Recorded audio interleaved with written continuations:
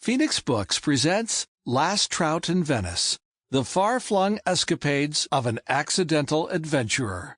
Written by Doug Lansky. This performance by Paul Mercer with Amanda Carr is copyright 2014 Phoenix Books. It has been digitally remastered from the original 2001 audio literature sound recording.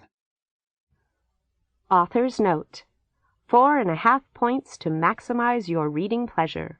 1. This book has less plot than a low-budget porn film. Come to think of it, nearly all travel writing does. Life may frequently be stranger than fiction, but rarely does it have a better storyline. Therefore, I can see no reason to listen to this audiobook in any particular order. The epilogue, by the way, isn't really an epilogue at all, but it is at the end of the book. It's one of the stories closest to my heart, so I hope you'll get to it at some point. In fact, there would be no harm in listening to it first. 2. Ideally, you'll chuckle your way through the stories, eventually reaching the end of the book with the warm glow of having successfully traveled the world without a single case of amoebic dysentery. However, you may find the humor begins to lose its effect if you plug away at it too long.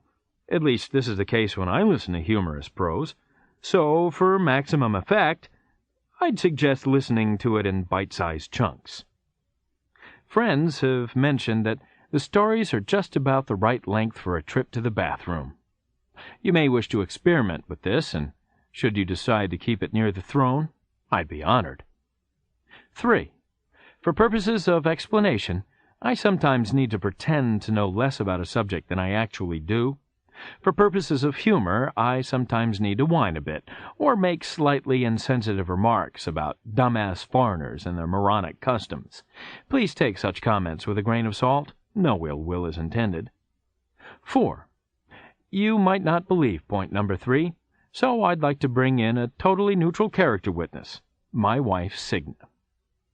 Doug forgot to mention that if you combine the faint lack of knowledge, occasional whining, and periodic insensitive remarks, his literary persona can, from time to time, come off as an ugly American. In real life, I assure you, he is one of the most culturally aware travelers on the trail, and he does everything in his power to combat the negative American stereotype. He's so sensitive about this.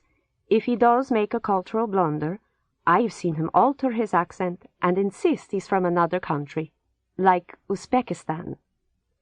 He uses Istan countries frequently for this because... Sample complete. Ready to continue?